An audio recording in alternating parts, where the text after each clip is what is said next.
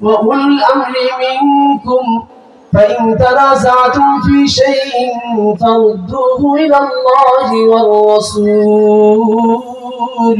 إن كنتم تؤمنون بالله واليوم الآخر আল্লাহ তাআলা বলেন হে ঈমানদারগণ আল্লাহ এবং তার রাসূলের অনুগত অনুসরণ করো উলুল আমর দায়িত্বশীলদের অনুসরণ করো দায়িত্বশীল দ্বারা এখানে বোঝানো হয়েছে আমি যিনি দেশের সুশাসক তিনি অথবা মুহাদ্দিসিন কেরামগণ বলছেন ইবনে আব্বাস রাদিয়াল্লাহু তাআলা তিনি বলেছেন আহলুল ফিকহ ওয়াদ দ্বীন অর্থাৎ ফুকাহায়ে কেরাম মুজাহিদ রাহিমাহুল্লাহ তাআলা তিনি বলেন উলামায়ে কেরাম তাহলে এখানে উলামায়ে কেরাম এখানে উদ্দেশ্য এবং সৎ শাসক যদি থেকে থাকেন তাহলে তিনি উদ্দেশ্য এই তিন শ্রেণীর মানুষের কথা এখানে বলছেন আল্লাহ তাআলা অনুসরণ করতে হবে নবী আলাইহিস সালাতু ওয়াস সালামের অনুসরণ করতে হবে এবং উলুল আমর এখানে উদ্দেশ্য উলামায়ে কেরামের অনুসরণ করতে হবে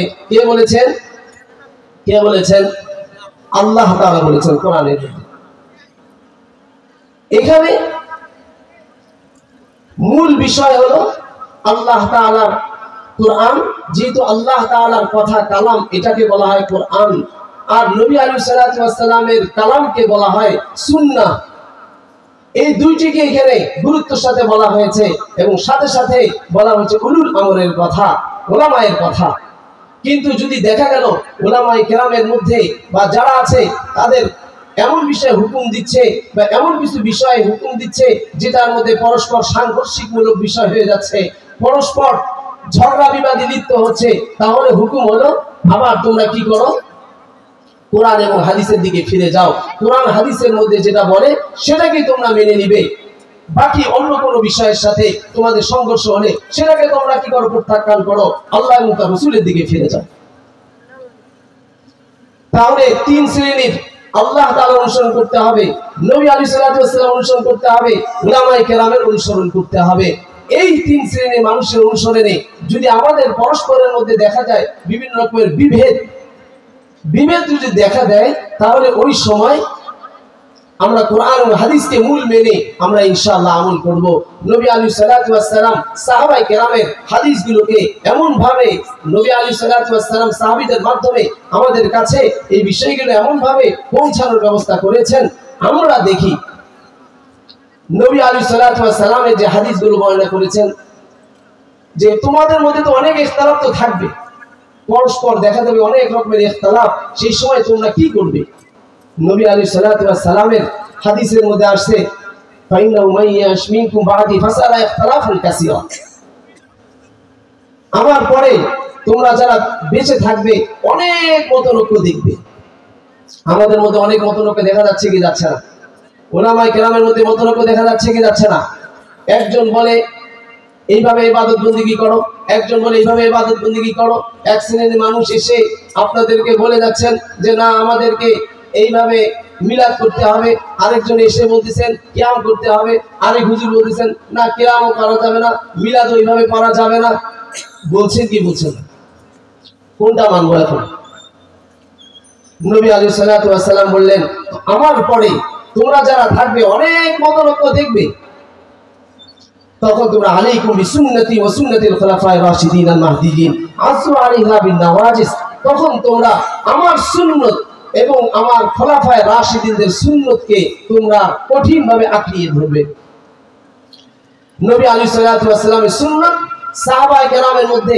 খোলাফায়ে রাশিদিনের কথা বলা হয়েছে খোলাফায়ে রাশিদিন হলো চারজন সাহাবী কে হযরত আবু বকর সিদ্দিক রাদিয়াল্লাহু তাআলা ওমর রাদিয়াল্লাহু তাআলা উসমান রাদিয়াল্লাহু তাআলা আলী রাদিয়াল্লাহু তাআলা এই চারজনকে বিশেষভাবে অনুসরণ করেন কথা বলা হয়েছে তো তাদেরকে তোমরা অনুসরণ করো এখন যদি তাদেরকে আমরা অনুসরণ করি তাদের পক্ষ থেকে আমাদেরকে কোনো হুকুম করা হয় তাহলে আমরা সেটা মানতে বাধ্য না বাধ্য এখন যদি আমাদের মধ্যে মতনৈক্য দেখা যায় এক শ্রেণীর মানুষ তখন বলবে যে সামনে তারাবি আসছে তারাবির নামাজ 8 রাকাত পড়তে হবে বলবে কি বলবে না তখন আমরা কোথায় ফিরে যাব যেহেতু নবী সাল্লাল্লাহু আলাইহি ওয়াসাল্লাম বলেছেন আমার সুন্নাতের দিকে ফিরে যাও না হয়তো আমার সুন্নতের মধ্যে সেটা যদি পরিষ্কার না থাকে তাহলে খোলাফায়ে রাশিদিন দিকে ফিরে যাও। তাহলে খোলাফায়ে রাশিদিন হযরত আবু বকর, হযরত ওমর রাদিয়াল্লাহু তাআলা তিনি বলেছেন যে 20 রাকাত তারাবি, 20 রাকাত তারাবি সুন্দর একটা নমুনা তিনি পেশ করেছেন।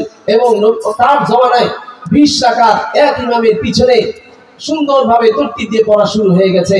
তাহলে এখন আমি যদি বলি যে না আমি শুধু সাহাবীর, আমি শুধু নবী আলাইহিস সালাতু ওয়াস সালামের সুন্নাহ অনুযায়ী আমি আমল করব আর অন্যটা আমল করব না, তাহলে কি আমি সঠিক পথে থাকতে পারবো? এক শ্রেণীর মানুষ এইভাবে বলে যাচ্ছে। নবী আলাইহিস সালাতু ওয়াস সালামের সাহাবী, সকল সাহাবী তারা হলো ন্যায়নিষ্ঠাবান, তাদেরকে অনুকরণ করে চললে আমরা ইনশাআল্লাহ সঠিক রাস্তা অনুযায়ী চলতে পারবো। কিন্তু বর্তমান সমাজে আমাদের আসলকে ছেড়ে দিয়ে অন্য ওলামায় কি বলে সেটাকে আমরা খুব মজবুতির সাথে ধরতে শুরু করেছি। আমরা সাহাবায়ে কেরামদেরকে বাদ দিয়ে দিচ্ছি, সাহাবায়ে কেরামের সমালোচনা শুরু করে দিয়েছি। অথচ নবী আলাইহিস সালাতু ওয়াস সালাম আমাদেরকে হাদিসের মাধ্যমে স্পষ্ট করে দিয়েছেন। বর্তমান সমাজের পরিস্থিতি হলো অনেক রকমের মতভেদ, মতভেদের কারণে কেউ কারো কথা মানতে রাজি না। এই মতভেদ যে হবে এই কথা বলে দিয়েছেন কে? নবী আলাইহিস সালাতু ওয়াস সালাম। নবী আলাইহিস সালাতু ওয়াস সালাম হাদিসে পাকে ইরশাদ করেন, ইন্না বানি ইসরাঈল তাফাররাকাত আলা 72 মিল্লাহ ওয়া তাফতারিকু উম্মতি আলা 73 মিল্লাহ কুল্লুহুম ফিন-নার ইল্লা মিল্লাতান ওয়াহিদা। বনি ইসরাঈল তারা 72 দলে বিভক্ত হয়েছে। কয় দলে? 72 দলে বিভক্ত হয়েছে। আর আমার উম্মত 73 দলে বিভক্ত হবে। নবী আলাইহিস সালাতু ওয়াস সালাম যখন এই হাদিস ব্যক্ত করেছেন, এই 73 দলের মধ্যে কেবলমাত্র নাজাত প্রাপ্ত দল হবে একটি। সাহাবায়ে কেরাম বলেন, মান হিয়া ইয়া রাসূলুল্লাহ, সেই একটি পথ, এটি কোন পথ? নবী আলাইহিস সালাতু ওয়াস সালাম বলেন, মা আনা আলাইহি ওয়া আসহাবি, আমি এবং আমার সাহাবী যে পথ এবং মতের উপরে আছে সেটি হলো কি আসল পথ। আমি এবং আমার সাহাবী যে মতের এবং পথের উপরে আছে। এখন আপনাকে আমাকে দেখতে হবে আমি আমার রাসূল সাহাবী তার পথ এবং মতের মধ্যে আছি কি নেই। আর যেই দল এই পথ এবং মতের সাথে থাকবে তারা হবে হকপন্থী। কিন্তু এখন সমাজে আমি দেখি কি বলে, সাহাবায়ে কেরাম সম্পর্কে বিভিন্ন জন এখন বিভিন্ন মন্তব্য করা শুরু করেছে, কি করেনি? সাহাবায়ে কেরামের দোষ ত্রুটি সমালোচনা ইত্যাদি করছে, কি করে না? এক শ্রেণীর মানুষ আছে কি নেই? তারা সাহাবায়ে কেরাম সম্পর্কে বলে তারা মেয়ারে হক না, তাদের বিভিন্ন রকমের দোষ ত্রুটি রয়েছে, তাদের রকমের বিভিন্ন রকমের দোষ ত্রুটি যেহেতু আছে তাদেরকে তো সেভাবে আমরা মেয়ারে হক, হকের মানদণ্ড আমরা মানতে পারি না। তারা তো অনেক রকমের গুনাহ করেছে, এমন আমাদের সমাজে আছে কি নেই? তাহলে এই সমাজে যারা আছে তারা কোন দলের অন্তর্ভুক্ত হবে বলেন?